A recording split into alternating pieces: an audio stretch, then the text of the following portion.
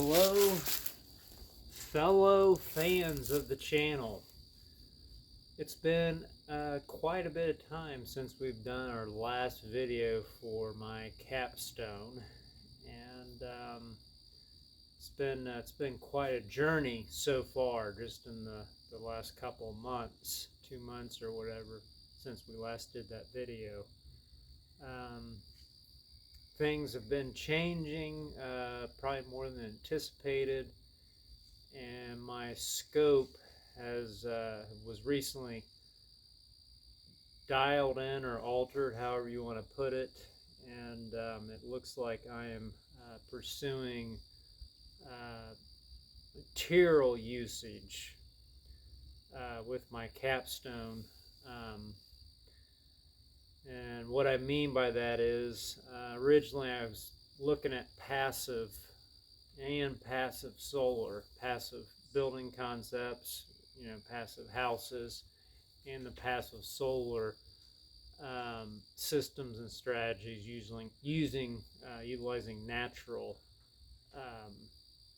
elements to drive heating and cooling systems. So I've dropped the passive solar. I've kept the passive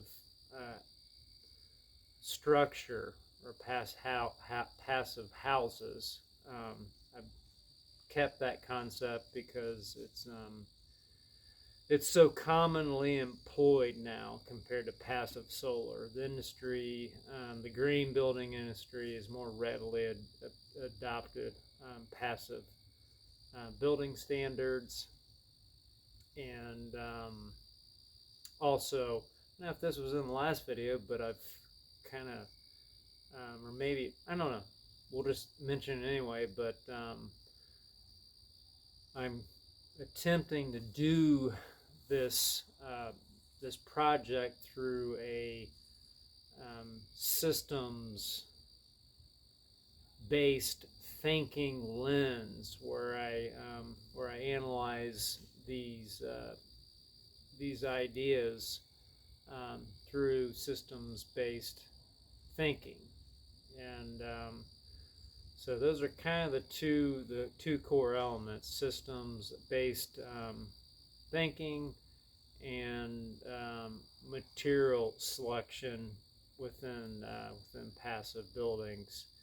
And I'm using LEED leadership, and whatever that means, this benchmark for green building certification, as kind of a reference point with this.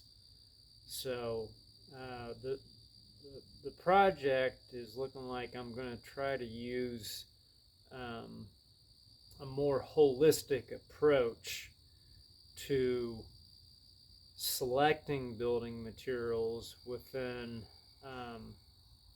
passive concepts. For example, with passive building, you often use spray foam. You use the extremely wide walls, and you put in spray foam, which has a lot of embodied carbon in it, and it can actually cancel out the energy savings with passive design, because you spend a tremendous amount of put a lot of resources into manufacturing the spray foam, and then you put it in the house, and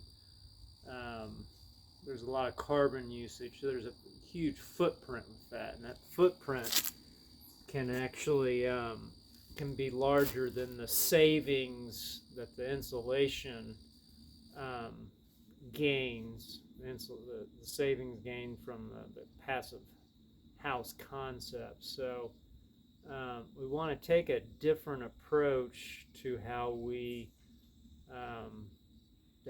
rate our materials, and it looks like LEED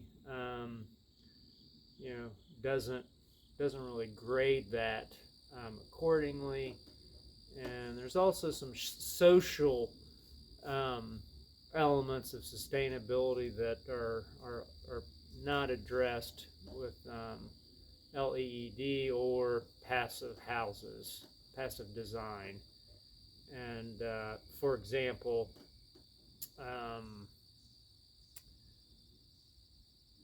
you know, how do we better use local labor? How do we utilize local resources? So we're able to kind of regenerate our local economies while we're building these structures. You know, if we use foreign materials to build passive homes, it's not helping our economy as much as it could be.